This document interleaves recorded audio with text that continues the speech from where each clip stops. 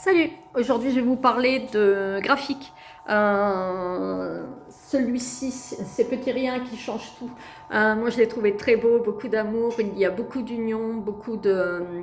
Ouais, c'est un village qui se réunit, qui ne veut pas qu'une usine ferme, une fabrique de jeux de société, une fabrique de puzzles.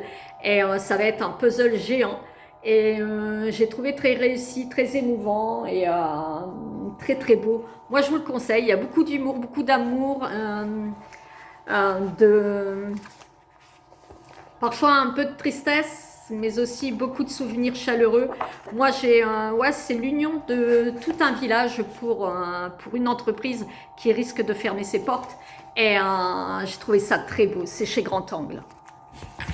Chez Grand Angle aussi, c'est la Chambre des officiers. Je n'ai jamais lu le livre, je n'ai pas vu le film, mais je trouve ce livre très réussi. C'est les prémices de la chirurgie réparatrice. Gueule cassée, ouais, un hommage aux gueules cassées. C'est ces gens qui sont revenus de la guerre que l'on regardait ou qu'on n'osait pas regarder. Mais c'est une lecture nécessaire, c'est un devoir de mémoire. Il est très très beau. J'ai adoré le graphisme. Je trouve qu'il est vraiment vraiment réussi. Il y a l'essentiel dans ce livre. Et puis malgré tout, il y a la vie, même s'il est difficile de continuer, de se reconstruire après avoir été démoli. Très très beau, je vous le conseille fortement. Les liens, le jour où les liens se tissent, c'est le septième. C'est Clémentine, c'est l'histoire de Clémentine qui ici est confrontée à ses propres souvenirs. C'est les liens qu'elle a tissés, les liens qui se sont distendus. C'est les souvenirs les plus tendres comme les plus douloureux que l'on... Et puis c'est se rappeler surtout ce qui nous a fait grandir, ce qui nous a fait...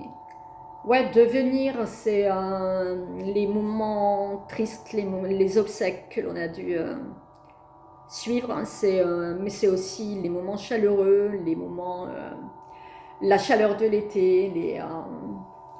Ouais, je trouve ça très très beau, très émouvant, très attachant. C'est très doux au niveau du graphisme.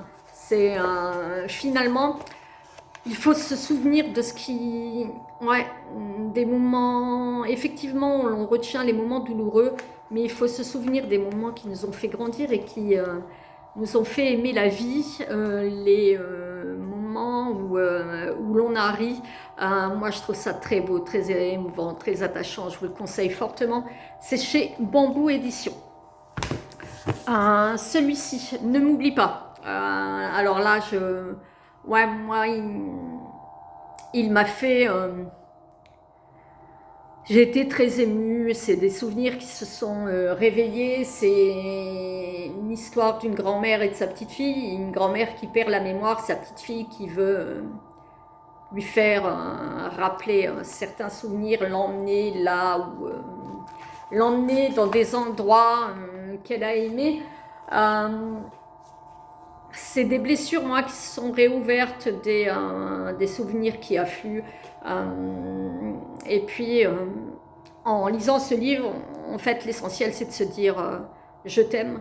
Et moi, il me manque énormément, Marie-Lou. Et c'est chez Le Lombard, je vous le conseille. C'est des très beaux graphiques, un très beau graphisme, très doux, très nostalgique. Et j'ai beaucoup aimé ce livre qui est très très émouvant. Un livre que je conseille parce que c'est un devoir de mémoire, parce qu'on sait l'histoire, mais l'histoire se répète. Il faut regarder, quand on regarde les actualités, on voit que l'histoire se répète toujours. C'est un livre incontournable qu'il faut présenter à nos ados, qui est émouvant, qui pointe la folie des hommes. C'est une piqûre de rappel qui fait vraiment pas de mal. Ouais, le journal d'Anne Frank, c'est vraiment un livre incontournable à lire. Il a été publié chez Calman Levy et il est très très bien. Celui-ci, c'est du bout des doigts, c'est chez Grand Angle. Moi, c'est un livre que je conseille, il est très... ouais, pourquoi chercher ailleurs l'amour quand il se trouve enfin, à la porte? Pourquoi ne pas s'ouvrir au bonheur par peur de souffrir? Et pourquoi penser que parce que l'on est artiste que l'on doit être triste pour faire le meilleur de son œuvre? Même en étant heureux, on peut faire de son œuvre quelque chose de bien. Et je trouve que c'est l'art qui devient concept. Moi, j'ai trouvé ce livre très, très attachant. Les personnages très attachants, et puis ouais, arrêter de penser que l'on peut être un grand artiste en étant malheureux, on peut l'être aussi en étant heureux. Et j'ai beaucoup aimé ce livre, les graphiques que je trouve, le graphisme que je trouve très doux, et la force de cette jeune femme qui est très émouvante. Un livre incontournable aussi, enfin un coffret incontournable. Les histoires, les contes macabres d'Edgar Allan Poe. Et puis c'est les, les dessins de Benjamin Lacombe que moi je conseille fortement, que j'aime énormément, qui a beaucoup de talent. C'est vraiment à chaque fois un plaisir pour les yeux, le graphique de Benjamin Lacombe. Moi, ce livre, enfin ce coffret m'a été offert lors de mon anniversaire. Je l'aime beaucoup, les histoires, on peut les lire, pas obligé de les lire toutes d'affilée, on peut les lire une de temps en temps. C'est très bien illustré. Il y a la Maison Usher, la chute de la Maison Usher, que moi j'ai beaucoup aimé. Je l'ai beaucoup aimé aussi sur Netflix, je vous en reparlerai. Un livre aussi à lire, c'est À la vie et je serai là de L'Homme étoilé sur Instagram. C'est un livre émouvant, un livre sur les soins palliatifs. C'est aussi beaucoup d'humour. Bien sûr qu'il y a il y a de la tristesse, mais c'est aussi beaucoup d'humour et d'amour qu'il peut donner aux gens qui sont en fin de vie. C'est drôle, c'est émouvant. Il y a beaucoup d'humilité, d'humanité, beaucoup de pudeur, et puis ouais, j'ai adoré, j'ai trouvé ça, je l'ai rencontré à Nancy, il est adorable, c'est un grand garçon tatoué, enfin, et moi je l'ai beaucoup aimé, j'aime beaucoup son graphisme. Il a sorti, je ne l'ai pas encore, Je suis au-delà de la mort, chez Le Lombard, parce que je l'ai commandé pour Noël, mais ouais, j'ai hâte de lire Je suis au-delà de la mort. Mais celui-ci, À la vie et je serai là, c'est chez Kellman, et franchement, lisez-le. C'est très très émouvant, mais c'est triste, mais en même temps, ouais, c'est beaucoup d'humour, et je trouve qu'il faut vraiment s'y pencher. C'est très très bien. Le dernier quai, c'est le dernier quai, c'est le dernier voyage. C'est l'ultime voyage, c'est le dernier arrêt pour mettre sa conscience, ses souvenirs en ordre. On est accueilli par Émile qui est le majordome. C'est une réflexion sur la vie, une réflexion sur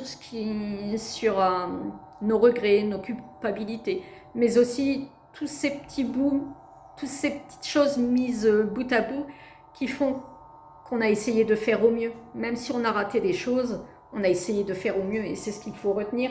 Je trouvais le personnage très attachant et très très émouvant comme texte, comme graphisme aussi. C'est très très beau. Là, c'est chez Grand Angle aussi. C'est le projet Anastasia. C'est Anastasis, pardon. C'est ceux qui n'existaient plus. Moi, j'ai beaucoup aimé. Déjà, le personnage fauteuil roulant, je l'ai trouvé très, très très fort. C'est Natacha. C'est un projet pour les abîmés, pour les fracassés de la vie.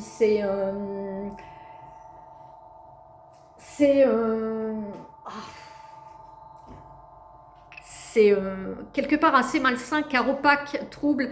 On ne sait pas exactement en quoi concerne le projet.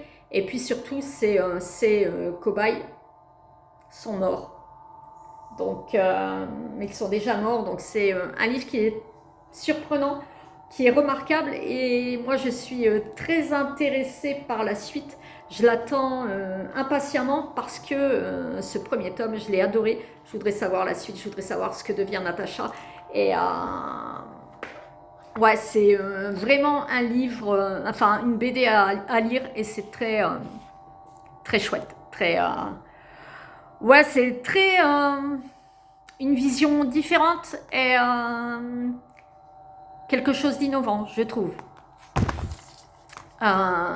Moi, j'aime beaucoup l'auteur. C'est dans les forêts de Sibérie. J'aime beaucoup sa philosophie. C'est un gars qui est fracassé. J'aime beaucoup sa philosophie de la vie, oui. Là, ça retrace son bouquin du même nom. Donc ses aventures, sa solitude dans une cabane isolée au bord du lac Baïkal.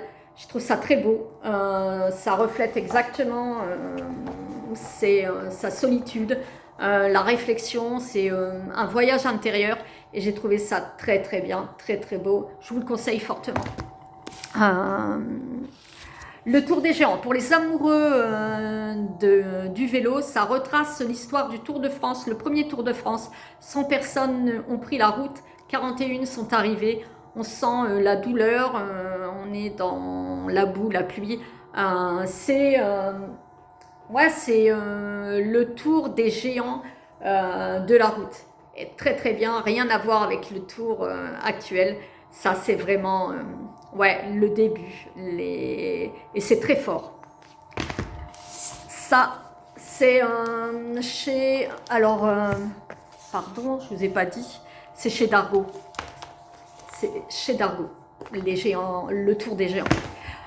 Ceci, c'est l'histoire d'une guerre, l'histoire de deux personnages qui sont pilotes tous les deux. Donc,